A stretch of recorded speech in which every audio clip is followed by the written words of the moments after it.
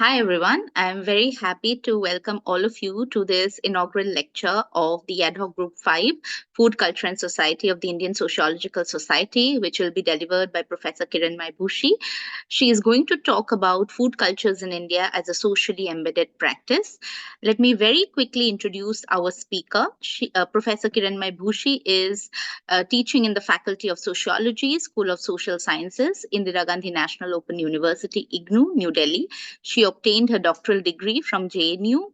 She has had a brief teaching stint at Columbia College, Chicago, USA. She has also taught at Dr. B.R. Ambedkar University, Delhi. She was a visiting faculty at Ca' Foscari University of Venice, Italy. Her main academic research interests lie in the areas of diaspora studies, migration and transnationalism, food studies, and popular culture. She has published several articles and research papers in leading journals.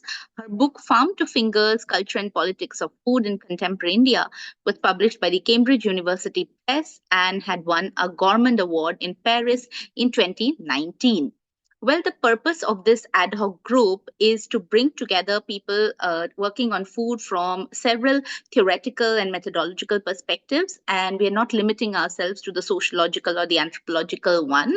And today's talk by Professor Bhushi is going to bring together some of these tenets of food, in which she asks these questions about the plethora of visibility of food in the public sphere and public culture, and what does it say about caste, class, and gender.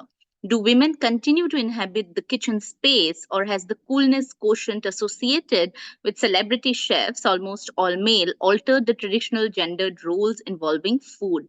Have culinary influences broken the barrier between the professional chef and the home cook? In this new conjuncture, which we find ourselves in today, constructions of self, identity, and community, among other things, become slippery, implicated as they are by narratives of tradition, history, and global flaws. The ideas of national cuisine, what constitutes the ethics of food, self projects of well being, and agrarian choices are all subject to global forces and processes. So, donning a sociological lens, Professor Bhushi is going to take a synoptic overview of the food practices of contemporary India.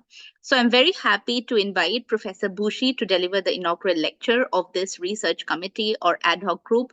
And thank you to the audience for joining in. Thank you very much, everyone, for joining the group as well as for joining this meeting. Thank you, Rituparna, for that lovely introduction. Most of all, I must thank the organization, the ISS, and the office bearers and the management, and thanks mostly to also to Rituparna, who's coordinating. The nitty-gritty efforts are all being done by her in the ad hoc committee. Thanks to you, Rituparna, for organizing this. So as my abstract mentions, there are many changes that are happening in the contemporary world, and food has become such a buzzword. You can see it in the way we consume a range of things on social media, not only social media, but even in the print and so on and so forth.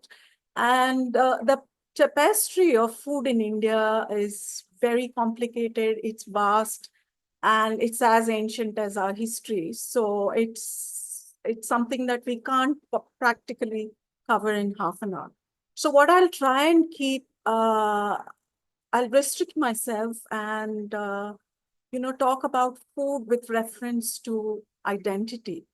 Now, what better way than to start with one of our most enduring institutions, and that is the caste system. And as early as some of the ancient texts, whether it's Yoga Shastras or Upanishads, you have references to notions of purity, or even classifications on the basis of gunas. Gunas are something that we are all familiar with. Gunas are attributes that are given to certain kinds of foods, and since what we eat is what we make, what makes us, what Fischler calls the ingesting principle. So eating certain kinds of food also gives you these qualities. So accordingly, in various Indian or Hinduistic tradition, there are these notions of sattvic, rajasic, and tamasic. I think all of you are familiar with it. But very briefly, to kind of simply explain it, the sattvic foods are those which are supposed to impart, or those who eat them uh, are supposed to acquire a purer thought processes, demeanor, actions, so on and so forth, and are supposed to nourish your higher faculties. So the Brahmins are typically associated with sattvic food, and in a similar sense, there is uh, an association between Rajasic food and the, the second order of the Varna system, which is the Kshatriyas. And the Rajasic foods are supposed to be, excitable. They are supposed to um, give a certain uh, nourish your senses, such as valor and so on and so forth. So typically meats are classified in this category. And if you know, the Rajputs for the longest time had the preserve of hunting, and game was the most sought after thing. And in the last criteria, you have, or the last guna, which was associated and is very embedded in our caste system, is the idea of tamasic food. Tamasic literally means dark, that which is left over, that which is fermented, that which is rotten, so on and so forth. And so the Shudras of and the untouchables, which are outside the pale of the four Varna system, are supposed to be those who are consuming these foods. And we all know by now, I mean, you're all students of sociology, and those who are not are also familiar that the Indian caste system is governed by the ideological framework of purity and pollution. And you see different versions of it, or different ideations around it in different contexts, so each social situation might have its own peculiar notions of who should eat with whom and what should be eaten, and who should serve, who should be sitting next to each other, and so on and so forth. So it's related to these concepts also, we have this notion of kacha and pakka food. So kacha food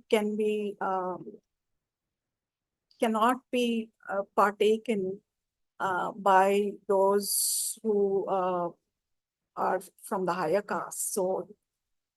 So anyway, I don't want to go into too many details, but I think one knows the connection between these notions and caste system. Now, caste system, for all practical purposes has been immutable. We do see modern versions of it, especially in the context of our representation and electoral politics. But on the whole, if we look at it as a social organization, its endogamy principle more or less seems to continue. And while at one level we continue to observe many aspects of casteism, in the modern sense of the term, we may not observe some of the associated practices around commensality. And but if you want to really look back a little more into history, we find that whenever we talk about any changes in the caste system, one of the most referred to concepts has been Sanskritization. Now, Sanskritization has been one of those, what I would call, a very convenient peg on which to hang any explanation with regards to mobility or change, at least in the formal structures of caste system. So a lot of times when we talk about changes in food habits, especially among those castes who were well, practically at the beck and call and at the mercy of the upper caste, and who were forced to often partake of the leftovers. And if there are any, and also, many were to also eat the carrion of the dead animals, mostly cows and other cattle. Uh, they had obviously an association of impurity around them, and so when Sanskritization, if at all it did happen, it was always referred to in terms of their trying to abandon their existing low status and imitate the lifestyles of the higher caste. Now, question, however, is I started to read about it, and I tried to kind of go through some of the literature on Sanskritization. And what I found very interesting is a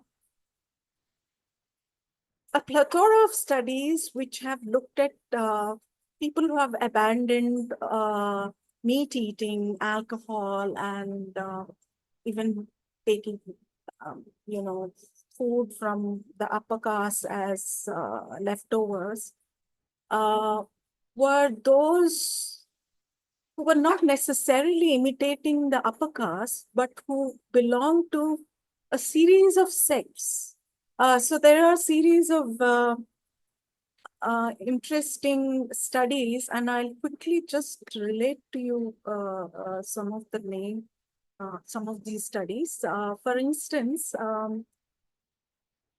those Dalit organizations or Dalit affiliations with egalitarian religious practices, such as Adi Dharma, which was studied by Jorgens Meyer, and Buddhism by Ziliot, Christianity by Mosse, and Kabir Panthis by Kunna. And Satnamis have been also studied by Fuchs in 1965. It was subsequently revisited by Saurabh Dubey. And now, if I go through some of this material, and they have a interesting interpretation, and justifiably so, which is that their adoption of a new diet was more indicative of their discontent with the position attributed to them under the ritualistic hierarchy of the caste system rather than an imitative lifestyle. So there's another interesting article by Inderjit Roy when he talks to the Musahar communities in North Bihar. He finds that many of the families that he interviewed are Kabir Panthis. And they say that we have given up meat and alcohol because our Guruji says so. And that is true of some of the Ravidasiyas and others as well. So we don't really know whether it is imitative of the upper caste system, a way of being and of their culture, or whether it is because they have joined these egalitarian sects. And willy-nilly, their sects demanded a certain austerity in lifestyles, and so then they have given up.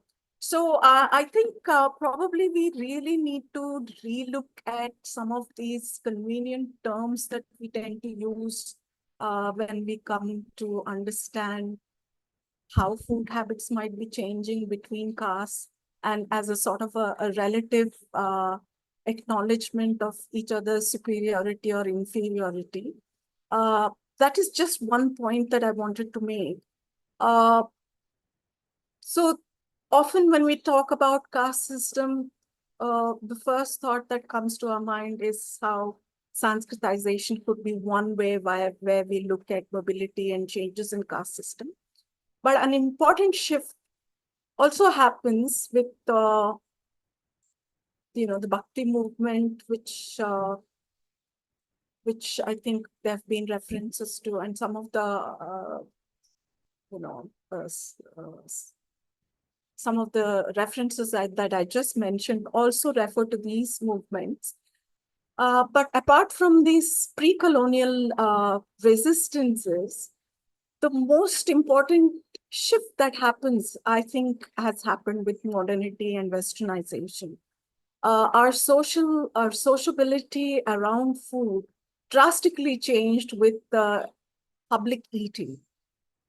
There are a lot of interesting articles on public eating and the social history of spatiality, especially with reference to coffee houses and tea houses. Um, Bhaswati Banerjee's book on Much Ado About, is it coffee? Much Ado About Coffee has a very interesting look at how the Adda culture, which is very generic to Bengal, has also its own versions of it in many metropolitan, or what I would say the presidencies of India or the colonial India. And a very interesting detail comes out in some of these studies. Offhand, I can't remember the work that was done on coffee, but there is reference to coffee as well in Bhaswati's work, as well as tea. She talks about how the British, when they started the coffee ports, also started this efforts to kind of create a culture of coffee drinking. When the coffee board was to be dismantled, I think in late 40s, just before the turn of this, just around the turn of the independence, the workers were active participants of these coffee boards. So they became actually one of the biggest consumers and also the managers of managing these coffee houses. That I thought was very interesting. And if you really look at the history of some of these public spaces, especially in the presidencies in India, whether it is Bombay, Madras, or even Calcutta, there was a shift in your occupational structures in India. It was also the rise of the middle class, but it was also the first nascent industrialization that was beginning to happen in India.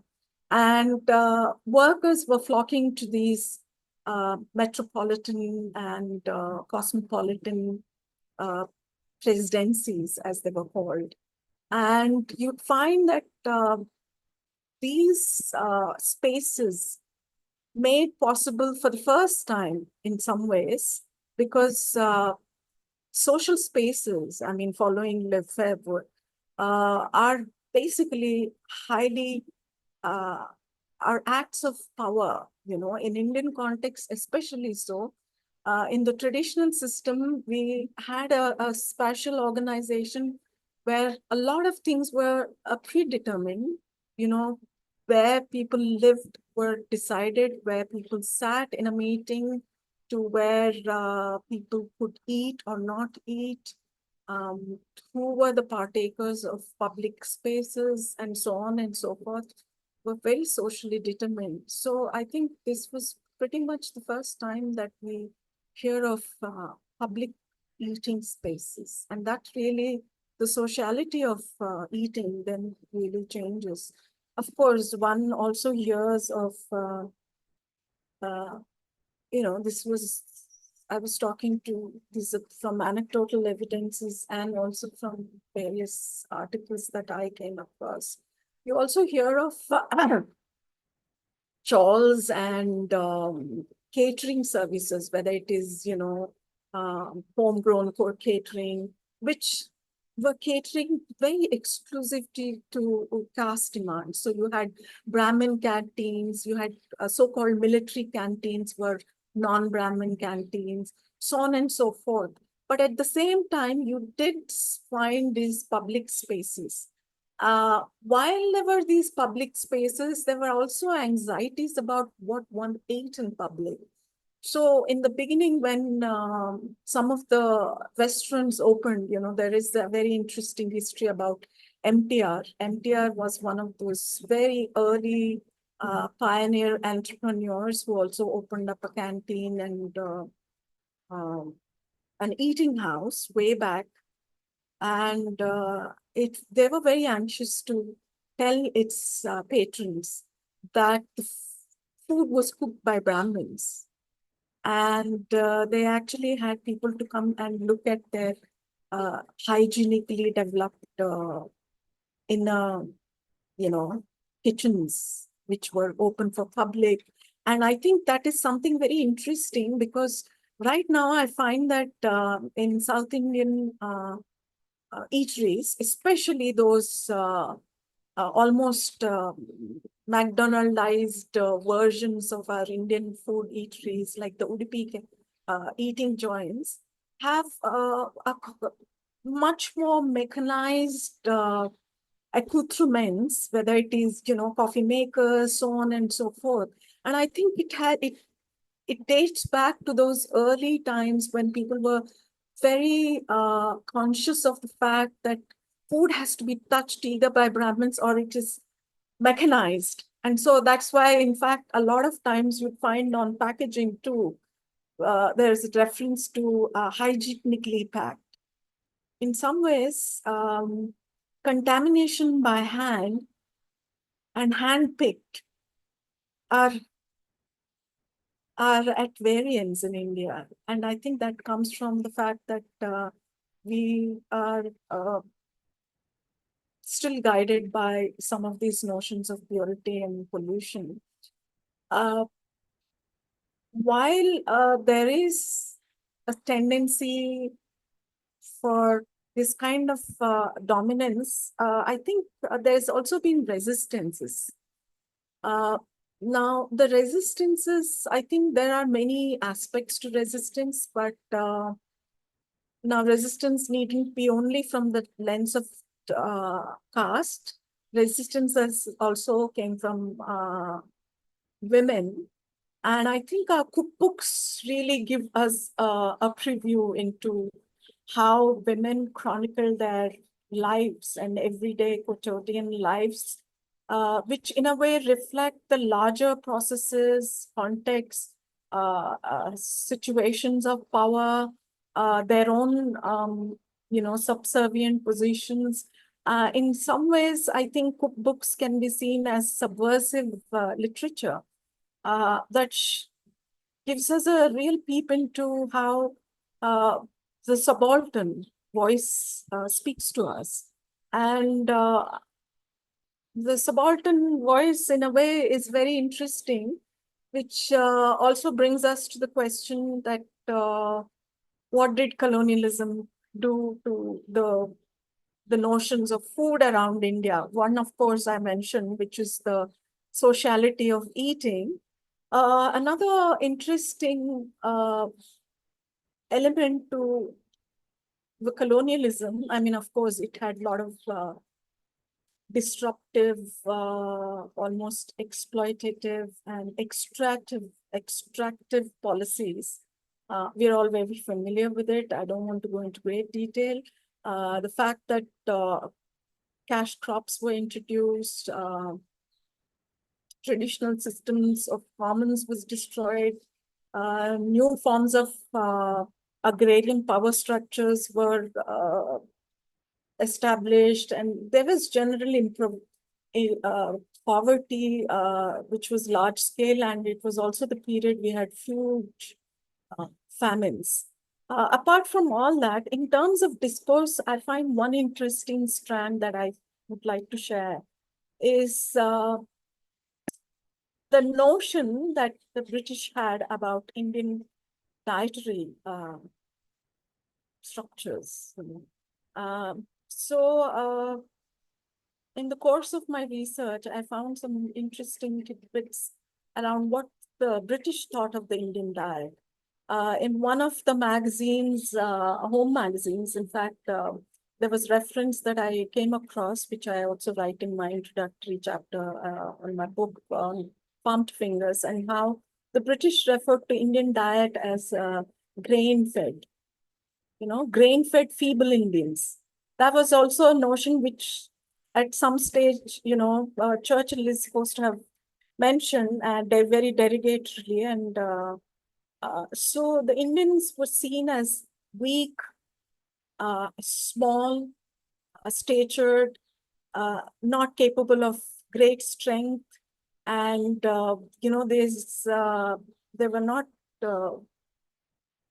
warrior-like in many senses. So there were a lot of, the basis became subsequent reason for British Army to also decide on, control the various martial categories and so on and so forth. But again, so behind this notion was also the superiority that they accorded themselves and the inferiority of the Eastern, or specifically the Indian diet. Very interestingly, some who internalized this notion uh, also advocated a whole dietary change in the Indian eating scenario. And interestingly, Vivekananda was also one of those champions who believed that we need to sort of beef up ourselves and buff up. And, he recommended sports and eating meat and so on and so forth. In contrast, Gandhiji had a very interesting take on the dietary notions. And his was in a direct contrast to this notion that the British had. It was also the period, if you really look at the Indian history and its struggles with ideological notions, apart from, the context of freedom, I think the one thing that comes through when you go through some of these narratives around the freedom struggle is the narrative of the West and the narrative of the East. And these contrasting binaries are juxtaposed in many contexts. Because India was also searching for a sense of identity, which can be contrasted with the West. And again, I won't go into great detail, but in the context of food, it's very interesting because when Gandhi decides that some of his early experiments refer to his, transgressions, or somehow in his autobiography, he refers to his transgressions, and he talks about transgressions such as meat eating, drinking. I mean, I'm putting it very simply. He also, kind of metaphorizes this whole transgression, and the elementary, or the dietary principle also becomes a metaphor in which he looks at Swaraj. For instance, his own self or spiritual awakening were tied up with the political awakening in many ways. So for him, the private and the political become completely fused together. And there's a very interesting book by Alter. If some of you have read it, it's good. But he writes that Gandhi was, in fact, equating his own sense of liberation, and liberation in the sense of bodily desires, requirements, and so on, as also a liberation for the country. So his earlier sense of to eat meat and consume other products, which was to enter a sort of a sociality of community participation in modernizing India, was part of Gandhi's makeup too. But I think he does give it up, and at some stage, Gandhi tries to sort of rid himself of all these, what he calls as seductions. And his language of seduction is clothed in some sense of guilt, a carnal desire which overtake one's senses, one's spiritual awakening. And he equates this seduction not just to dietary concerns, but also to material things. And so his Swaraj, the idea of Swaraj is extended. And this is something that you'll find in many works that have our commentaries on Gandhi, which I thought was very interesting. Joseph S. Adler's observations are, of course, very relevant here. He says that the body becomes a crucial site on which Gandhi performs the somatic nationalism as he viewed Swaraj be a metabolic principle as well as a principle of political action. Gandhi conjoins his personal journey to the political project of Swaraj. His concept of Swaraj is self-conscious attempt to resist and counter Western modernism and materialism with Indian tradition of asceticism and spirituality, where where the personal and the political meet. He uses the ascetic yogic practice of self-control as a tool of emancipation from the empire's incursion into the body with their seduction of indulgence and material modern conveniences. Ingestion and digestion become metaphorical and corporeal practices. This becomes a kind of a leitmotif, I believe, for Gandhi, where he subsequently declares India to be a vegetarian society.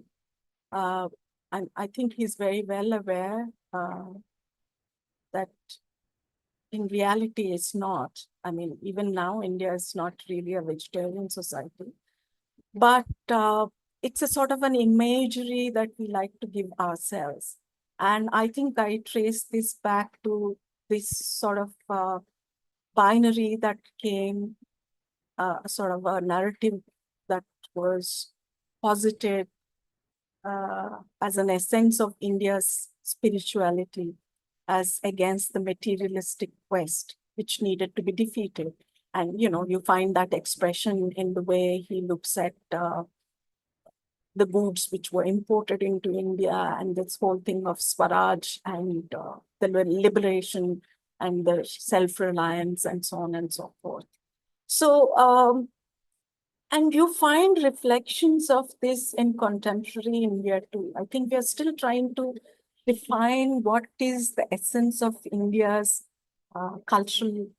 And so cultural nationalism is something where food becomes enmeshed. And I think, well, there are resistances, and you find that some of these ideas about what India eats or should be eating are most notably resisted. I'll give you some example. I think in the Dalit assertion with their beef festivals and so on, it was a resistance to a certain notion of what India should be eating. I think there was a vehement hue and cry when Kali was depicted as a meat-eating, alcohol-drinking, and Maitra reacted very strongly. So we're still struggling with our own sense of what our cultural identity is. I came across a person in the US when I was there that she was explaining to somebody in India, we don't eat beef. And that's one of the central identities about being in Indian. I was there and I very tentatively said, you know, there are parts of India where some people eat beef and they're still a part of India. So cultural nationalism becomes also a place where we try to create a sense of home. And you find that this sense of home is especially observant in those communities who moved away from home. I mean, that could be internal exiles through migration, it could be diasporic communities. And whenever such notions are nourished or expressed through memories around food, And such memories often, are reflected in cookbooks, but also in the increasing number of blogs that we see. Instagram is full of such micro bloggers, and now you have vlogs which inundate us, and they're all culinary. Um, how do I say? uh, Culinary preservers in some ways, or culinary culture bearers who taken it upon themselves to preserve some of their identities through this nostalgic recounting of, whether it's grandma's recipes. But behind this walk through memory lane is also a very interesting um, equation that it has with a notion of what it is to belong to India, or what it is to belong to a particular uh, ethnic community, or religious community, or some kind of affinity one has with a region or a religion, or even a subcategory of a caste group. So you'll find references of all this in many of these blogs and Instagram. And um, Mannur, sorry. Anita Mannur has a very interesting book. If some of you are interested, she talks about, it's called Culinary Nostalgia, Authenticity, Nationalism, and Diaspora. And she talks about how some of these memories, or this desire for memories, uh, shouldn't be merely seen as nostalgic gestures, but are they're framed narratives that should be seen as metacritics of what it means to routine memory and nostalgic longing for a homeland through one's relationship to seemingly intractable culinary practices which yoke national identity with culinary taste and practice. So what we are saying is that we somehow have this notion of national identities um, as sort of impermeable, or have always stood the test of time. And this sort of monolithic sense of the nation is also what I believe dictates our notions around something is alien and foreign or influential, and how it must be rooted out.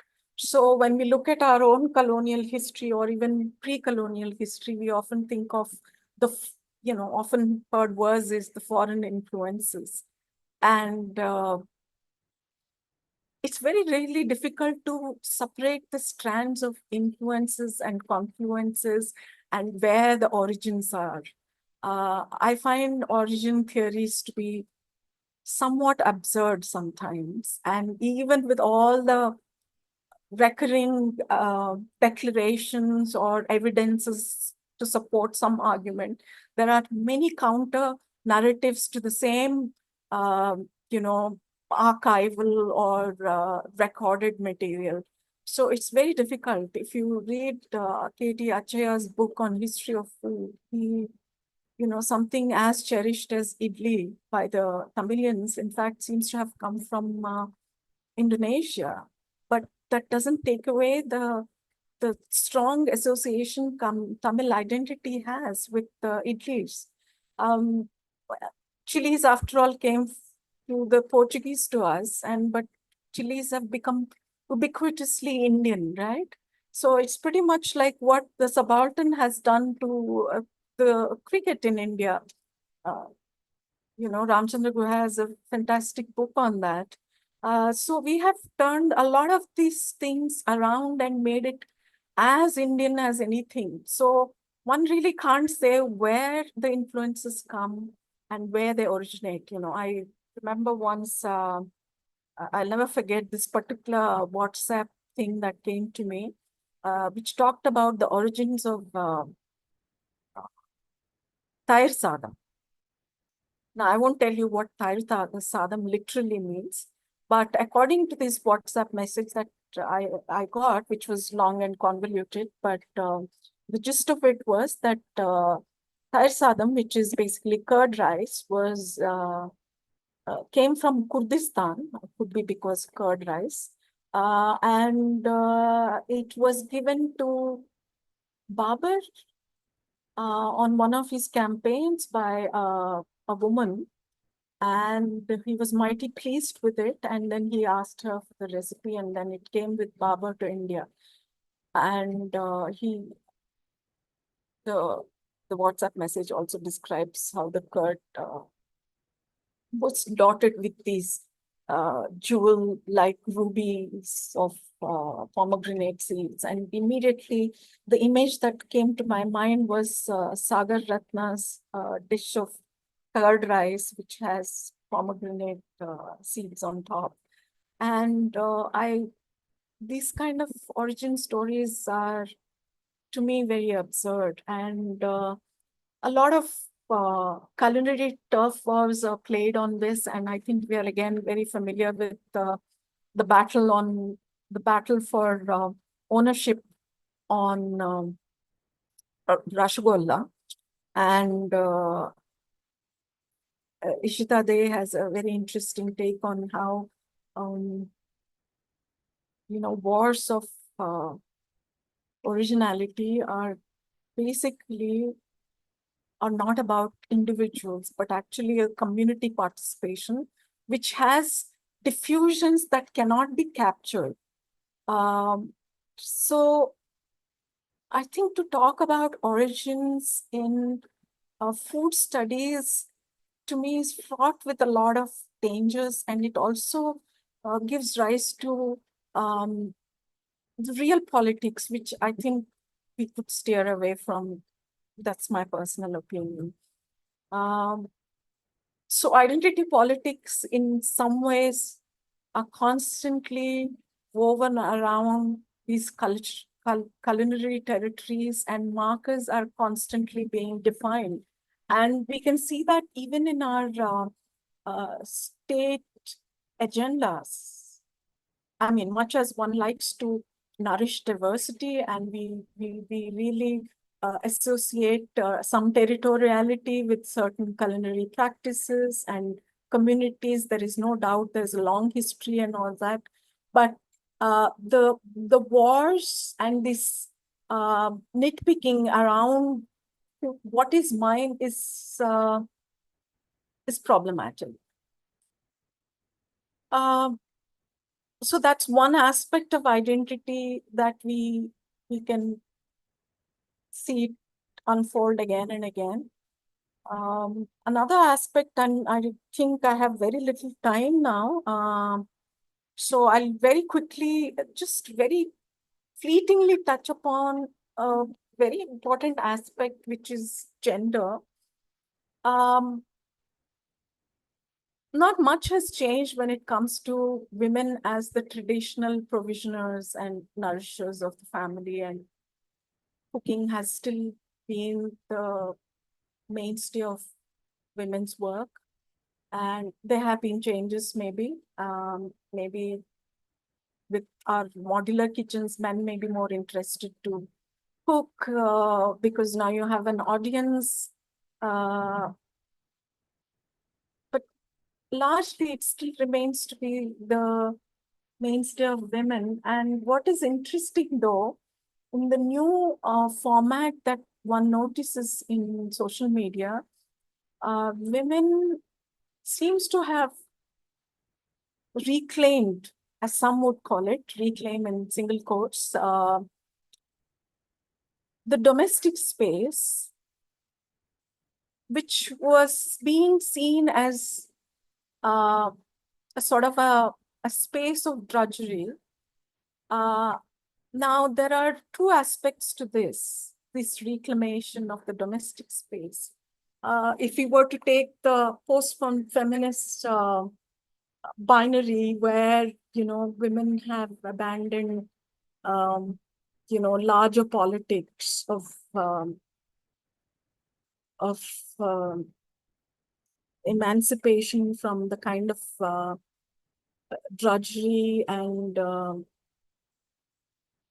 undocumented, uh, unpaid work, which has been the mainstay of domestic work, has been in a way subverted, you can say, because if you look at some of the blogs and the vlogs which are en masse now in the social media and in the digital world, you find that a very interesting aspect is also those women who've never stepped out of their home, especially rural women who are using these digital spaces to as an act of resistance, perhaps, but also as an agency and purely entrepreneurial.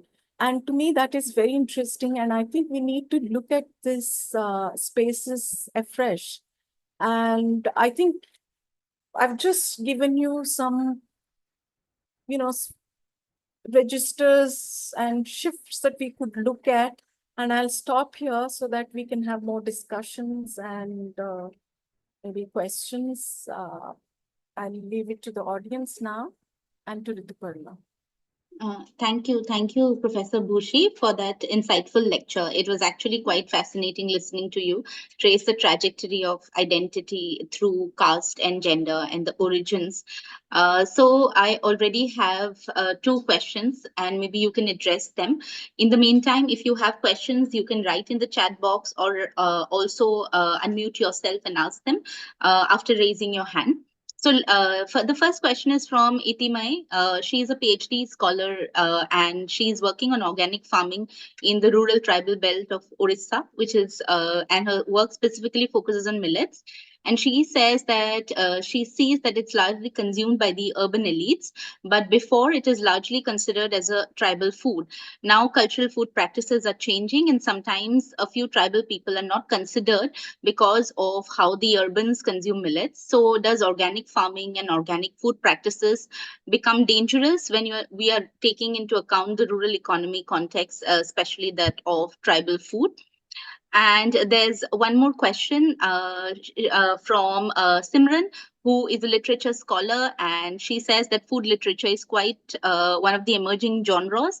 And what is your take on the transdisciplinarity of food and fiction, where food in itself becomes the text? What impact will that kind of literature make on the society as well as contribute to the future scholarship?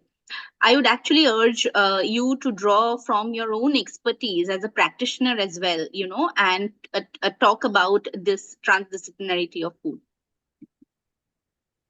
Can you just repeat the second question, please? Yes, yes.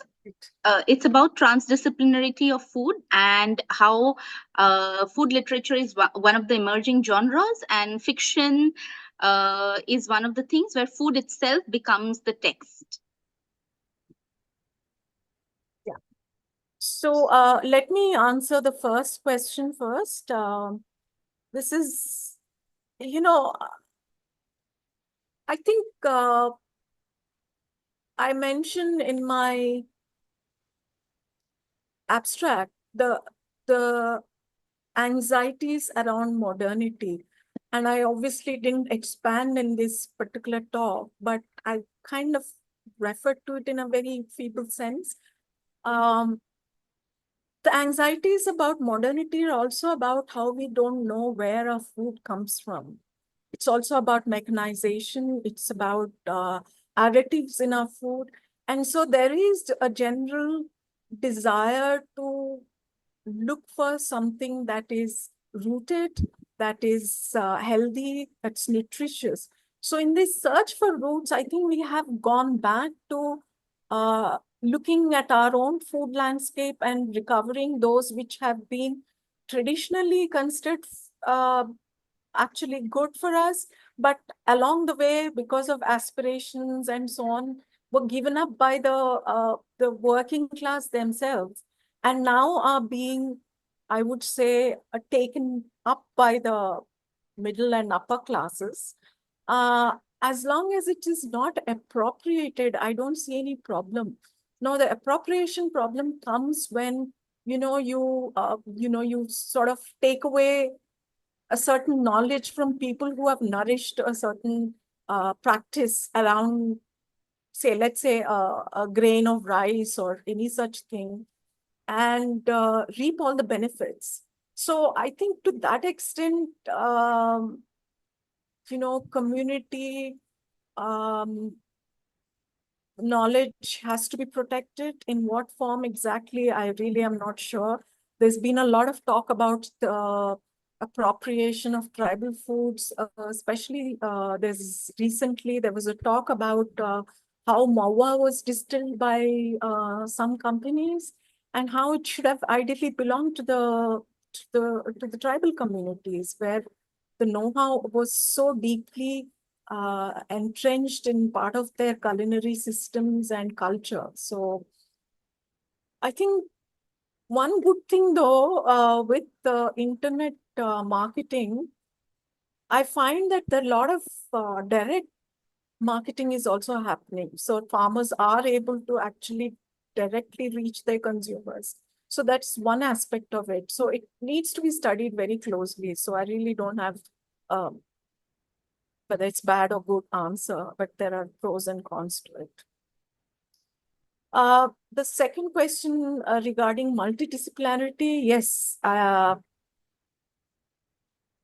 think it's best to approach food as a system, in the sense that as sociologists, we tend to look at sociality of it, but even production of food involves a lot of social relationships, social angles to it, whether it is, our notions around a particular commodity, uh, our notions around growing certain things, so on and so forth, and even who does what kind of work.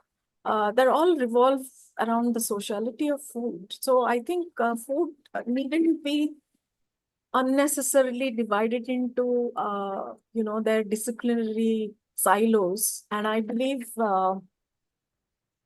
any food scholar who's deeply interested in food will obviously tend to read as many books as economics of food, as it is about biochemistry of food, as it is about the symbolic nature of food. So for me, I have, because I, dabbled with cooking. Interestingly enough, was helping a friend who actually owned the restaurant. I became known as one of the owners, though I didn't, in the technical sense of the term, I didn't really own the restaurant, but I helped found it, and the menu was mine, and I conceived it, and so on and so forth. And that involvement really opened up my eyes to how deeply food is embedded in all kinds of practices, starting from the time from where it is grown, it to its supply chains, to its how it is marketed, to how we eat it and what we think about it. So I think the food writing must embrace this element. Of course, you might have a particular perspective on it, but yeah, it would be good to keep that in mind. Any other question? Yes, there are a few more. I'll just read them out to you. So there's a question on food habits getting hybridized. It's not a question, it's a comment. I find that there is also food habits which are getting hybridized as more and more cultural groups are coming in contact with each other. Then there is a question from Ankita Datta. She's a PhD research scholar in the Department of Political Science of Dibrugarh University in Assam. She's just begun her course and is looking at food sovereignty movement. When you talked about tamasic food, including fermented food, there is a plethora of ingredients which are fermented and prepared traditionally in Northeast India. And there have been instances in movies that talk about indigenous migrants facing racism because of such smelly food being prepared in metropolises. But in contemporary times, there has been a reclamation of those same traditional fermented food on social media spaces. I wanted to ask how this could be looked at as carving out of spaces within the neoliberal era or spaces of the new public.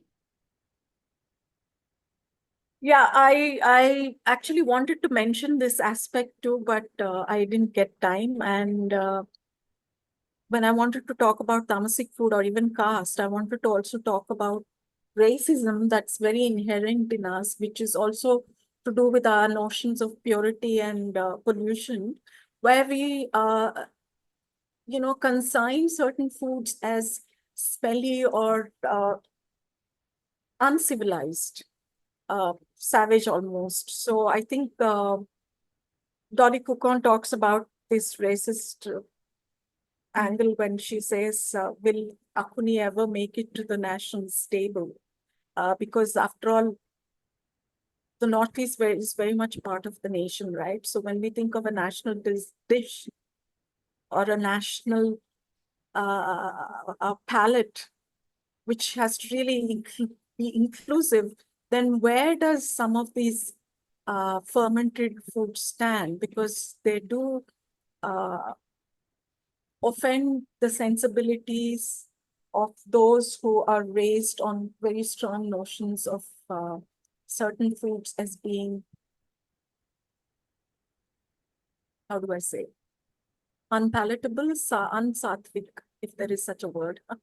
So the culling of these new spaces is, as I said earlier, there are resistances to all such regnant notions. And these are all cosmopolitanism and modernity's resistance to the what has been the more dominant or deterministic notions, whether it is around hierarchies or culture. So during the turn of the century, 19th, early 20th, you hear of, the Bhadralok imitating the ways of the British. It was not so much the way imitating, it was also to partake modernity by drinking alcohol or consuming meat was not just only imitative, it was to say that they're partaking modernity and also transgressing what they thought were the caste regulations and sanctions against eating certain things. So I think this cosmopolitan sensibility, I feel personally, is very good that we are embracing differences and embracing differences is the sign of cosmopolitanism. So Right. There are some very interesting questions. One about what would be the applied aspect for food studies in concerns with anthropology and sociology? What will be our relevance if we continue such researchers? If you would want to answer that question. wow, relevance for social sciences is always a very difficult thing to capture. Uh, See, obviously, a person who goes to, say, catering institute, or they come trained as chefs or, uh, food specialists of some kind or other. And but te- for uh, uh, uh, for social scientists who are, dwelling into food studies, I think the relevance would be that you would really contribute to understanding of food cultures as such. And I always feel that social science is about honing our critical faculties. And if we can hone critical faculties and among our students, I think that's a large enough agenda. And that's where our relevance rests, I think. Right. There are a few more questions. One is on there is a new thrust on minimizing animal cruelty and the rise of a vegan food culture amongst the youth. Do you think it's going to stay or will it wane away over time? And there's another question from Niger Sultana. I'm sorry if I'm mispronouncing your name. She's a PhD student in the Department of Folklore and Ethnomusicology at Indiana University. Understanding food as a text, I feel we need to understand how to study sense and taste, the food memory that is so embedded in our sensorial experience. As a scholar, how do we study that? Sensorial. There's a whole new field that's emerging, sociology of emotions and senses.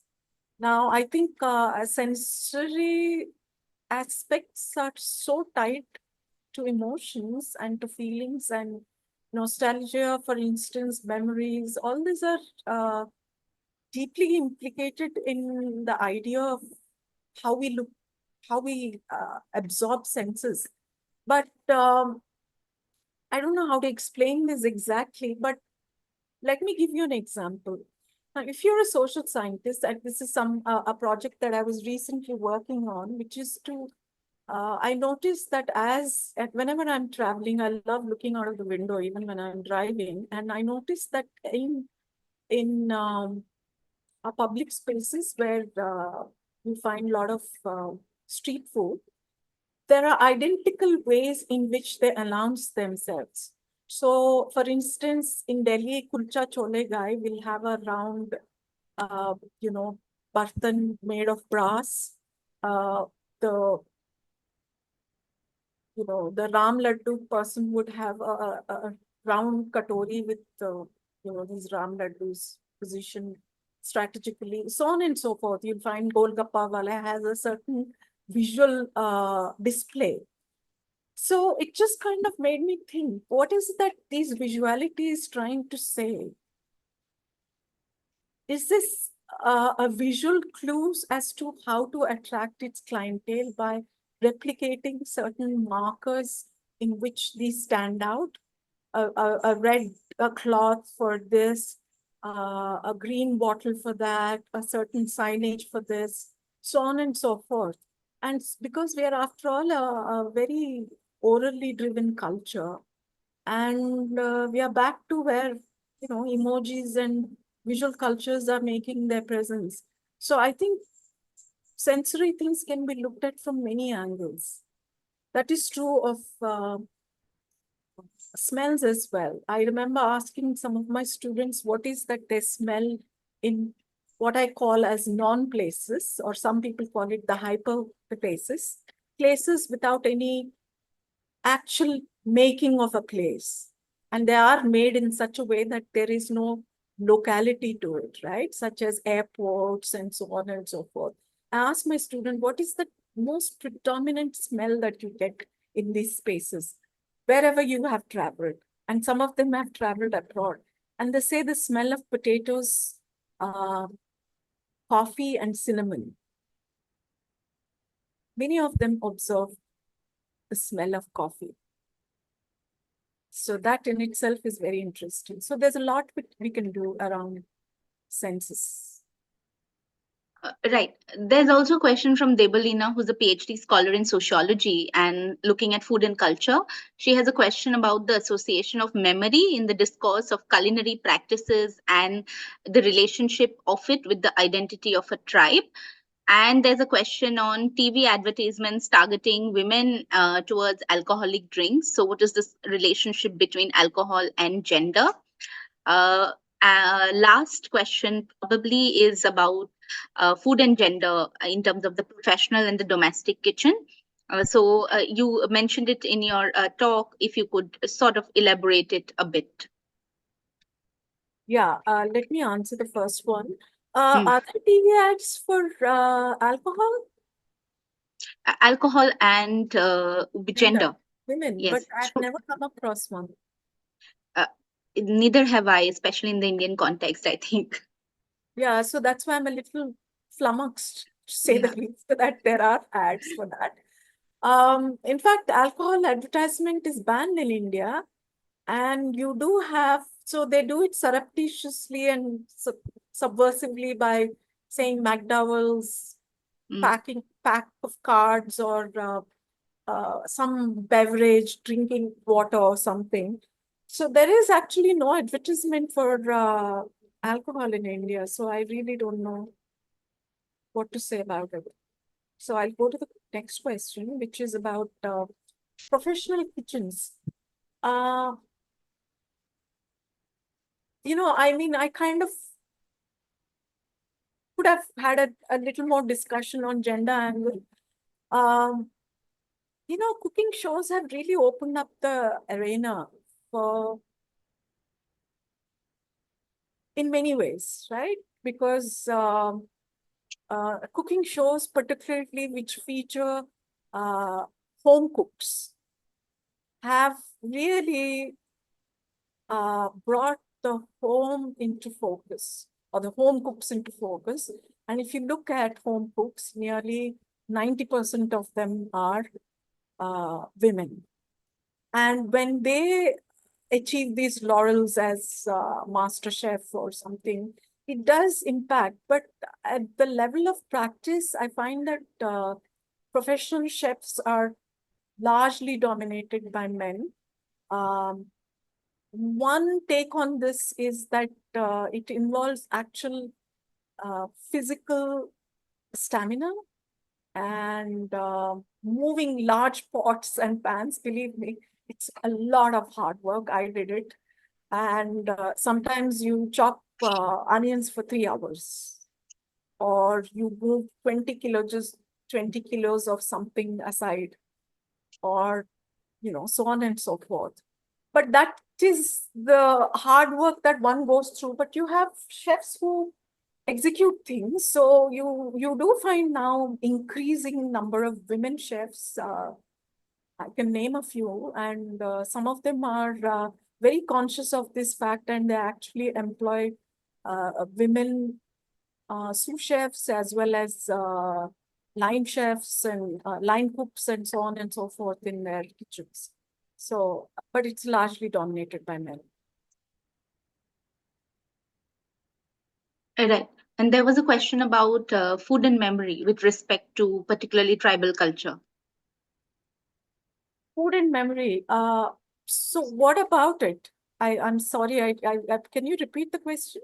Yes, it was about food and culture with respect to tribal identity. Just a second, I'll pull it up. It was a little ahead. Yes. Yeah, association of memory in the discourse of culinary practices and the relationship of it with the identity of a tribe. But what exactly is the question? It's a statement. Debulina, if you are here, you could probably, clarify the question and ask it.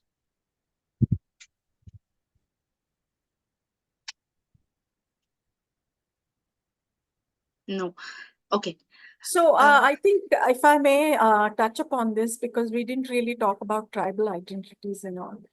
And I mean, like all culinary projects are also about identities, right?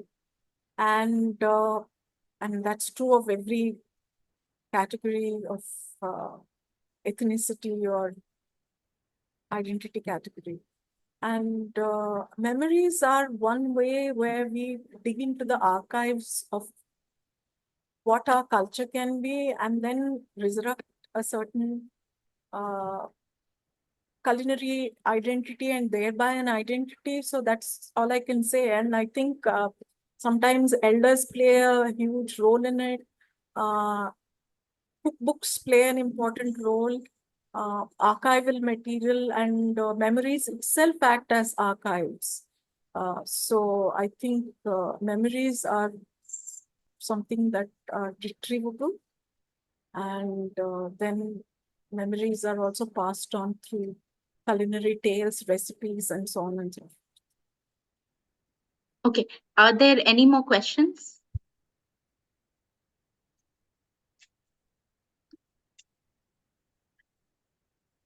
All right. Since there are no more questions, thank you, Professor Bhushi, for that talk and for also engaging with especially students in the Q&A. Thank you to everyone who has joined. We have recorded the lecture and it will be uploaded on the Indian Sociological Society's YouTube channel. And we will meet again next month with one more lecture by Professor Krishnendu Ray. I'll share and circulate the details with all of you. Thank you once again for joining. And thank you, Professor Bhushi.